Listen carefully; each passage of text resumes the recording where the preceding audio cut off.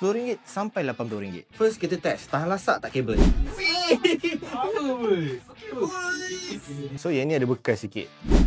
Ya Allah. Oh ni macam okey je, tahan lasak. Oh yang ni pun sama macam tadi, tahan lasak. Okay, next charging speed. So yang first ni 60W. Korang boleh tengok dia punya charging range dia dalam 50W something macam tu. Dia takkan lebih 60W. Kan kabel ni dia cakap 100W, tapi tadi highest dapat 70W, and then dia punya average dalam 60 macam tu lah.